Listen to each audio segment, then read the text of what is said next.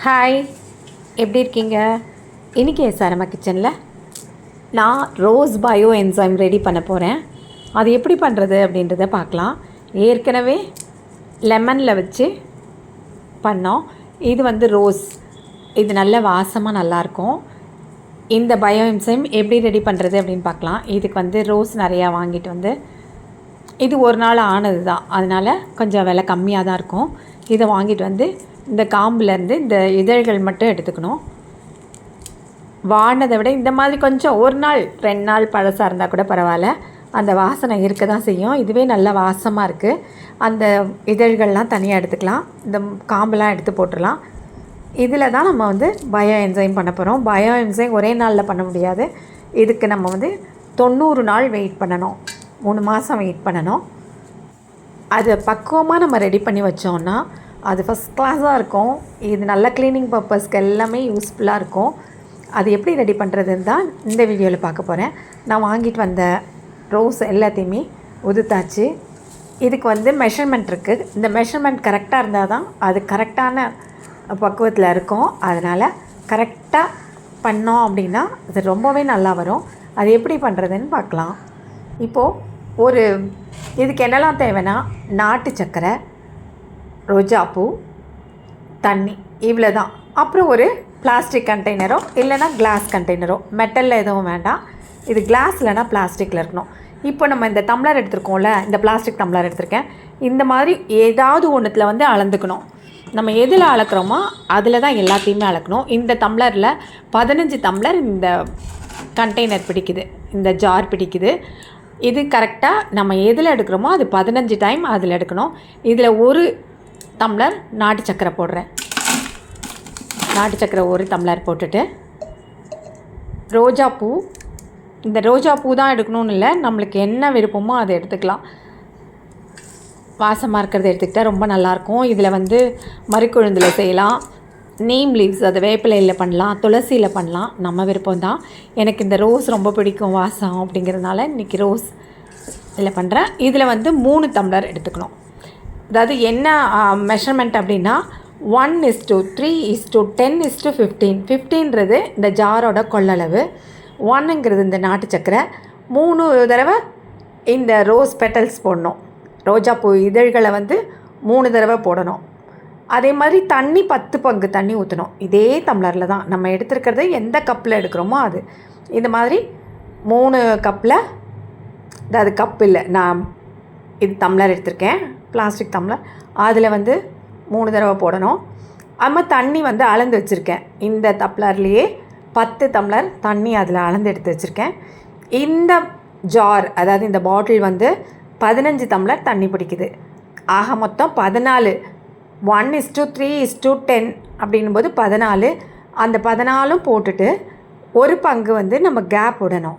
அதுக்காக தான் 15 டம்ளர் அளவுள்ள ஒரு பாட்டில் எடுத்துக்கணும். அதுக்கேற்ற மாதிரி நம்ம போட்டுக்கலாம். இது சின்ன பாட்டிலாக இருந்ததுன்னா நம்ம அளவை இதெல்லாம் குறைச்சிக்கலாம். ஆனால் அந்த மெஷர்மெண்ட்டுங்கிறது 1:3:10:15 இதுதான்.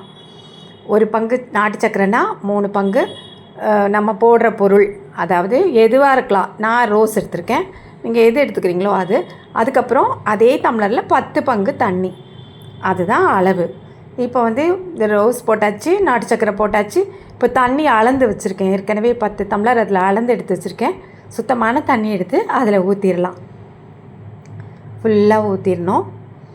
இந்த ரோஸ் மேலே வரும். நம்ம என்ன பண்ணணும் அப்படின்னா, இந்த நல்லா கலந்து விட்டுறணும். இந்த ரோஸ் மேலே மிதக்காமல் இந்த தண்ணிக்குள்ளே இருக்கா மாதிரி நல்லா ஒரு கரண்டி வச்சு கலந்து விட்டுடலாம்.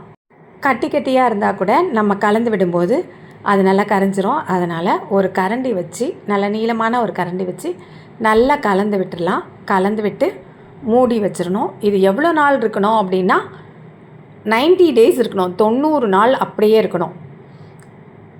ஃபஸ்ட்டு நான் இந்த மாதிரி நல்லா கலந்து விட்டுட்டு அந்த ரோஸ்லாம் உள்ளே தள்ளி விட்டு நல்லா மூடி வச்சிடலாம். இதை 90 டேஸ் அப்படி இருக்கணும். அதை டெய்லி ஒரு 30 நாளைக்கு, ஒரு நாளைக்கு ஒரு தடவை, இன்றைக்கி காலையில் நம்ம திறக்கிறோம் அப்படின்னா நாளைக்கு காலையில் அதை ஒரே ஒரு தடவை திறந்து மூடிட வேண்டியது தான். ஏன்னா மூடியே இருக்கும்போது அதில் ஒரு கேஸ் ஃபார்ம் ஆகும், அதை ரிலீஸ் பண்ணி விடணும். அதனால் நம்ம ஒரு தடவை திறந்து மூடிடலாம். ஒரு கிண்டு கிண்டி விட்டும் மூடலாம், இல்லைன்னா திறந்துட்டு அப்படி மூடி வச்சிடலாம். இதை மாதிரி டெய்லி பண்ணணும். அது எத்தனை நாள் பண்ணணும்னா 30 நாள் தொடர்ந்து பண்ணணும். அதுக்கப்புறமா 60 நாள் அப்படியே மூடி வச்சிட வேண்டியதான், ஒரு ஓரத்தில் எடுத்து வச்சிட வேண்டியதான். அதுக்கப்புறம் 90 டேஸ் கழித்து நம்ம பார்க்கும்போது ரொம்ப அற்புதமான பயோ என்சைம் நமக்கு கிடைக்கும். அதை எல்லா க்ளீனிங் பர்பஸ்க்கும் நம்ம யூஸ் பண்ணிக்கலாம். இந்த டேட் நம்ம மறந்துடக்கூடாது அப்படிங்கிறதுக்காக ஸ்டிக்கரில் வந்து எழுதி அதை பேஸ்ட் பண்ணியாச்சு. இது மாதிரி தான் காலையில் இது நல்லா கலந்து விட்டு வச்சதுக்கப்புறம் டெய்லி ஒரு தடவை திறந்து மூடணும், அதையும் காமிச்சிடுறேன். அது மாதிரி 30 நாள் பண்ணிவிட்டு அதுக்கப்புறம் ஒரு ஓரமாக எடுத்து வச்சிட வேண்டியது தான். வெளிச்சம்லாம் படாத இடத்துல நம்ம பாட்டுக்கு சாதாரணமாக எடுத்து வச்சிட வேண்டியதான். அப்புறம் 90 டேஸ்க்கு அப்புறம் எடுத்து பார்த்தோன்னா ரொம்ப அற்புதமான ஒரு பயோ என்சைம் கிடைக்கும். இது நம்ம அப்படியே வைக்கிறதுனால ஃபர்மெண்டேஷன் நடந்து ரொம்ப அழகான வாசனையான, அப்படியே அந்த மனமே ரொம்ப நல்லாயிருக்கும். அது நம்ம வீட்டிலேயே செய்யும்போது நம்மளுக்கு இன்னும் திருப்தியாக இருக்கும். அது ரெடி ஆனதுக்கப்புறம் நான் காமிக்கிறேன். இன்னும் நாட்டு ரோஜா கிடச்சின்னா இன்னுமே ரொம்ப நல்லாயிருக்கும். நீங்களும் கிடச்சிதுன்னா ட்ரை பண்ணுங்கள். நீங்களும் பண்ணி அப்படியே மூடி வைங்க. நம்ம வீட்டிலே சோப் செய்யும்போது இது யூஸ் பண்ணிக்கலாம். எல்லா க்ளீனிங் பர்பஸ்க்கும் யூஸ் பண்ணிக்கலாம். ரூம் ஃப்ரெஷ்னராக யூஸ் பண்ணிக்கலாம். நான் ஏற்கனவே லெமனில் செஞ்சது, இன்னும் வீடெல்லாம் துடைக்கிறதுக்கெலாம் அதெல்லாம் தான் யூஸ் பண்ணிகிட்ருக்கேன். நம்ம கோவிலுக்கெலாம் போகும்போது சில நேரம் ரோஜா மாலை கொடுப்பாங்க, அதெல்லாம் தூக்கி போட்டுறாமல் இந்த மாதிரி செய்யலாம். இந்த வீடியோ உங்களுக்கு பிடிச்சிருந்ததுன்னா லைக் பண்ணுங்கள், கமெண்ட் பண்ணுங்கள், ஷேர் பண்ணுங்கள். இன்னும் எஸ்ஆர்எம்மா கிச்சனை சப்ஸ்கிரைப் பண்ணாதவங்க சப்ஸ்கிரைப் பண்ணிவிட்டு பாருங்கள். மீண்டும் சந்திப்போம். நன்றி, வணக்கம்.